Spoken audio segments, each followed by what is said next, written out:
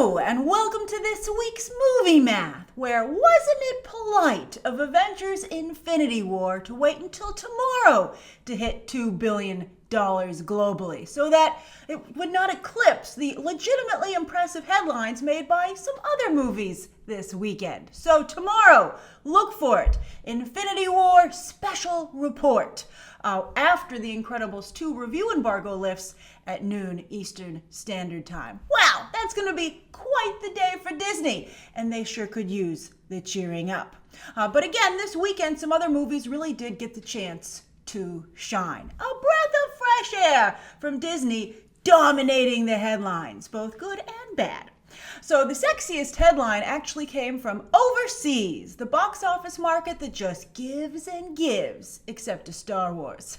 And this time, 48 markets were very kind to Jurassic World Fallen Kingdom. As we've discussed before, the World Cup is wreaking havoc on the global release schedule for several Hollywood tentpoles. But at least with this one, it shifted in Europe's favor, and you guys got the movie insanely early rather than insanely late. Oh, let's take a moment of silence for Europe, which does have to wait rather long for some very big movies. Good luck to you.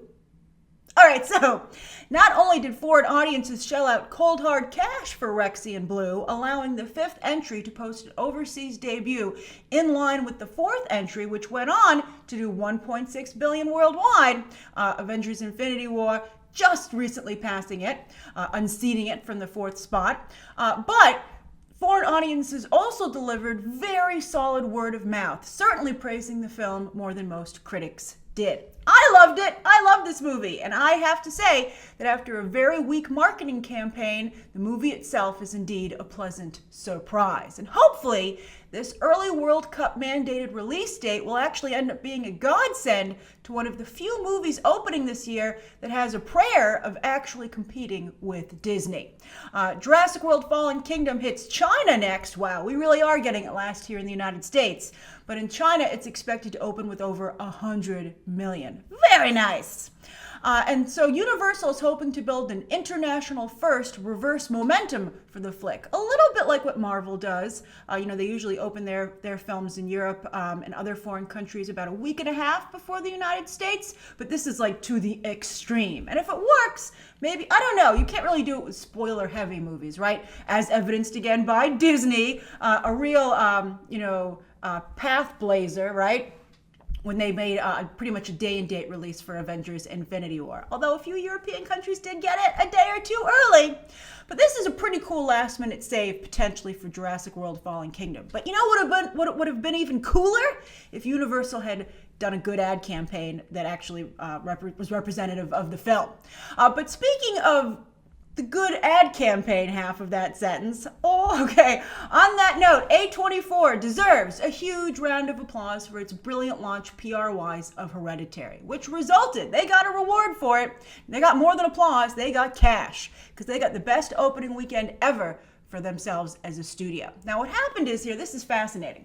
So many critics and members of the media decided to back Hereditary strongly out of Sundance. I couldn't tell you for sure why, because of course if you've seen my review, I think it's horrible. But these people have aggressively been defending Hereditary. It's almost, it's a little bit like, people coming after franchise films, right? Saying, oh, the movies as an art are being ruined, and trying to, I think to some degree, tell people what they can and cannot like. And we'll get to the audience reaction in just a moment. But A24 leveraged that critic and media support to lure audiences to the theater, and in some cases to lure unsuspecting audiences to the theater, because Hereditary landed a D+ Cinemascore, as I predicted after having seen the film.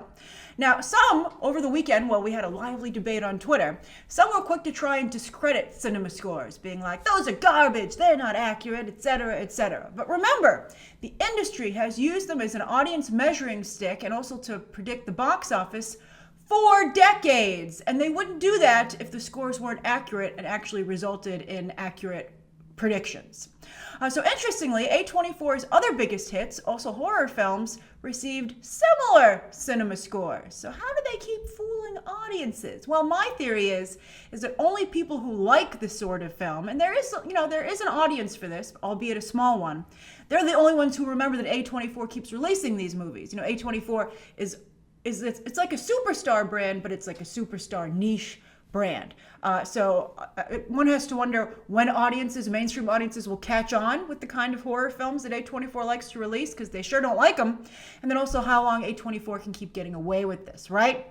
It's an interesting balance to be really well known in some circles, but to keep your profile super low in others so that you can keep fooling people.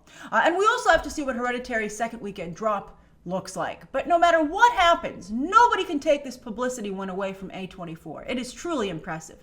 And it should help them with acquiring other indie films, especially horror ones and ones that are probably going to get a low cinema score going forward. But hey, people keep making those movies. Someone needs to distribute them, and there's clearly an audience that's willing to pay for them. But I do think that the cinema score will severely undercut Hereditary's awards chances going forward, at least for mainstream awards. It could still land nominations at, say, the Gotham Awards and stuff like that. And that would be another small win for the movie. Slowly but surely, A24, slowly but surely. Then, of course, there's the movie that won the weekend stateside, and that's Ocean's 8. When I was editing my coverage for this film late last week, my review, I couldn't find a picture of Sandra Bullock smiling at the film's premiere. Yikes! I wonder what the story is there. I've heard some rumors about some problems with Rihanna. Maybe she didn't like the way, the female-centric storyline was breaking, the media narrative. I don't know, but she's got plenty to smile about now because, well, technically it's the biggest opening ever for the Ocean's franchise, and they're certainly, screaming that from the rooftops on the trades. Although a little less loudly, they are pointing out that when you adjust for inflation, it's not the biggest opening of the franchise. But no matter what you do to the numbers, it's still Bullock's second biggest opening weekend ever for herself personally after Gravity. Well, Minions is higher, but she was a voice there. Now, while Ocean's 8 isn't going to take Bullock's career to the same heights that Gravity did, including another Oscar nomination, it still shows that she is one of the few box office draws left in Hollywood, male or female. But speaking of women, Ocean's 8's audience was very distinct. 69% female, 70% over the age of 25, making this the fourth chick flick in just the past few weeks to carve out a nice little niche for itself at the box office, because that audience seems to be, well, it's weird. They're underserved, but yet at the same time overserved. Like they were starved, and then Hollywood force-fed them a bunch of movies at once, and one again has to imagine how maybe those movies could have done if there had been less of them, right? But this was also another successful diversity play for Warner Brothers, which has officially put that in their playbook post-Suicide Squad. You might remember them going around saying that. And it is effective for them. And, a lot of studios are doing that. And this is just another example of how that it should be done. Now, word of mouth on Ocean's 8 is just tepid. And let's not forget that 2016's Ghostbusters opened a tad higher. So while Bullock can claim a victory here, the jury is still out on not just this movie and the future of this franchise, but female-centric remakes overall. Now, as for the overall top 10, Solo, a Star Wars story, is about $100 million behind Deadpool 2 domestically, and over $300 million behind worldwide. Wowza! At this point, Solo would be lucky to get to $400 million. Remember we were wondering about 6? And that puts it well below the global totals for the last entries in both the DC and Transformers franchises. The fans have spoken indeed, although that message has certainly gotten clouded as of late. I think that Star Wars is gonna, at this point, it's become just so toxic. I would say in some ways even more toxic than the DCEU. I think it's gonna have to take a genuine break. I don't know what's going on. I don't know what Disney's hand is in all of this, but I think that somebody overstepped their bounds, and it might indeed legitimately be broken. It's crazy. We'll see what happens in 2019, which is a big year for Star Wars. With Star Wars Celebration, Episode 9, the culmination of the current trilogy, which has had quite a rocky time of it, and then, of course, the opening of the Star Wars lands bi-coastally here in the United States.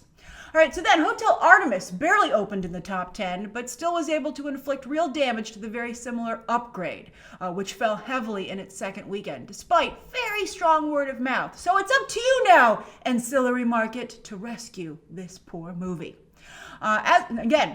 Which in large part failed because of a poor marketing campaign. As for this coming weekend, Disney, who is running multiple ad campaigns at once for its multitude of movies, well, they're expected to return to the winner's box with the biggest opening ever for an animated movie, but it's going to be a squeaker as Disney once again finds itself competing with itself. Tag also opens. And then also Sony's Superfly on Wednesday, where talk about a lack of advertising. Non-existent. I think I've seen like maybe one ad actually in the past couple of weeks. And so that's this week's Movie Math. Thanks for going over the weekend's box office with me, and I look forward to hearing your thoughts about it down below. And of course, as always, you can check out some more videos right now.